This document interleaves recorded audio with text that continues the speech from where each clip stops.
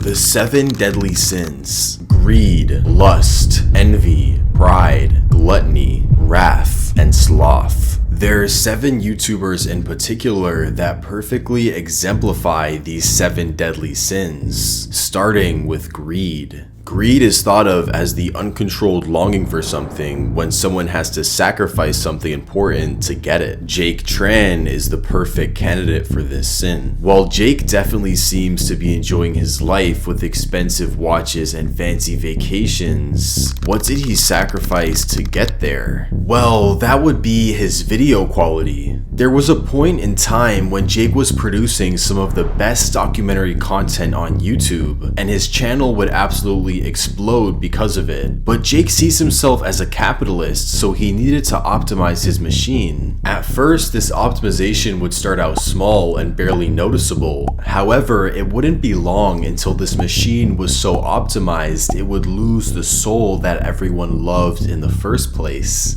Completely outsource the editing to people on Fiverr? Check. Include a sponsor in every video? Check. Accept deals from scammy sponsors that have questionable products they want to sell to his fans? Check. You could definitely make the argument that Jake is even more successful after he indulged in greed, but the same could not be said for the YouTuber who indulged in lust. Lust is thought of as unbridled sexual desire, often when one has to sacrifice something pure because of it. James Charles is the perfect candidate for the sin of lust, the beauty YouTuber who was on top of the world but allowed his empire to be destroyed because of his desires. In late 2020, James was gaining an impressive average of nearly 150 million monthly views, but it wouldn't be long until his reputation was completely destroyed, beginning with James saying he was into straight men. Want a boy who is straight.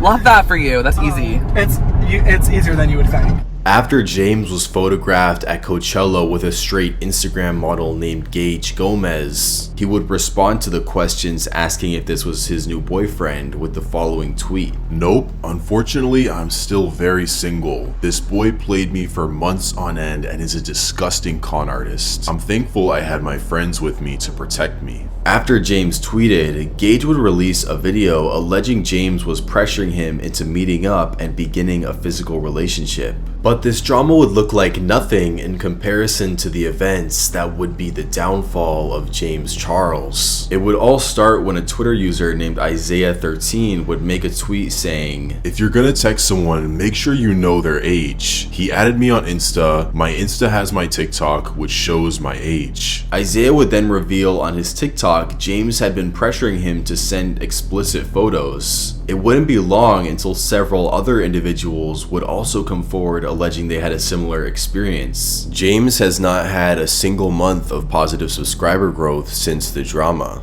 But unlike James, the next YouTuber on this list would explode in subscribers once his drama began. To envy is to have a longing arousal for someone else's belongings. But to take it a step farther is to have an extreme desire to actually be someone else. This personifies Whiteboyem, a YouTuber who constructed his entire personality around that of a more popular YouTuber, IShowSpeed. Before M was trying to become Speed by emulating him, he would post interview style content, but pay attention to how his voice sounds. How many years did Richard Nixon serve president? Bro, child, I am not even about to lie to y'all boys right now, bro. I was on Omegle, and a guy actually showed, his, his private part, bro. The Speed imitation would begin when M would start off a live stream with the title, Live with IShowSpeed. The live stream would gain significantly more traction because of the clickbait title, signaling to M that Speed was his ticket to virality. Over the coming months, M would begin acting more and more like Speed, talking completely differently than he used to. This would continue until a series of clips would completely blow up Whiteboyem's channel. Really?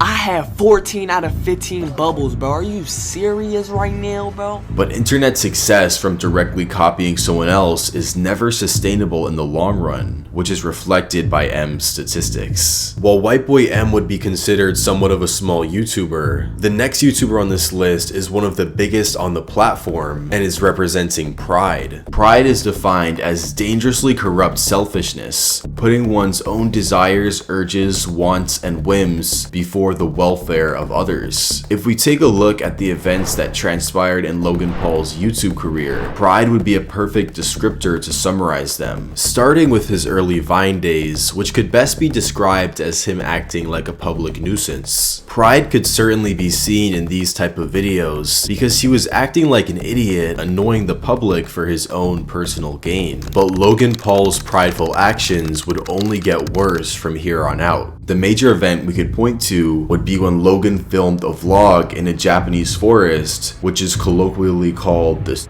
forest. While filming his vlog, he was acting in his normal over-the-top kid-friendly manner, but the worst part of the whole situation would be when he showed an actual dead body of a man who had deleted himself. After a huge apology tour, it would appear that Logan had reconstructed his reputation, but he would again put his own wants before the welfare of others a few years later. In early 2022, Logan would begin his foray into crypto. This journey would start with a few promotions of what are called pump and dump coins. These are coins designed to make their founders money without providing any value to the community that supported them. Logan would profit immensely from promoting these coins, but these promotions would pale in comparison to Logan's own project, CryptoZoo, a game which, similar to a pump and dump coin, was designed with a minimal amount of effort to earn as much money as possible for its founders. The game would be broken and underdeveloped, leaving a huge trail of victims who lost significant sums of money after believing in Logan's promises. While Logan Paul is big on YouTube, this YouTuber is also big but in a different way, and is our candidate for gluttony. Gluttony is the overconsumption and overindulgence in something to the point of waste. The genre of YouTube videos known as mukbang would be the perfect candidate to represent gluttony, as the videos involve preparing an ungodly amount of food and then attempting to finish it. But when choosing a specific YouTuber to represent gluttony, it would have to be Nikocado Avocado. Nikocado Avocado, otherwise known as Nicholas Perry, would begin his YouTube channel in Colombia documenting his vegan life when he moved there with his then boyfriend. He would cover various things about his lifestyle, but his channel would only start gaining a decent amount of traction on his videos when he ate food in front of the camera, otherwise known as a mukbang. At first, these mukbangs would start out with a somewhat reasonable amount of vegan food and usually involve Nicholas finishing it. But about a year into his YouTube journey, Nicholas would make a video stating his frustrations with the vegan community and saying he would be departing from it. From this point forward, although his dishes were still very healthy, they would occasionally start containing meat in them. But being in the mukbang niche meant that to stay interesting and compete against the other YouTubers, Nicholas would have to up the portions and the visual intrigue of the food he was eating. The food Nikocado Avocado was eating began to become increasingly unhealthy and the portions larger as time went on. With this gradual change, his weight would increase as well, transforming the once skinny vegan YouTuber into a morbidly obese person that uses a mobility scooter to get around. Nikocado went from vegan to meat lover, and the next YouTuber would be very angry at him, which is perfect because she's our candidate for Wrath.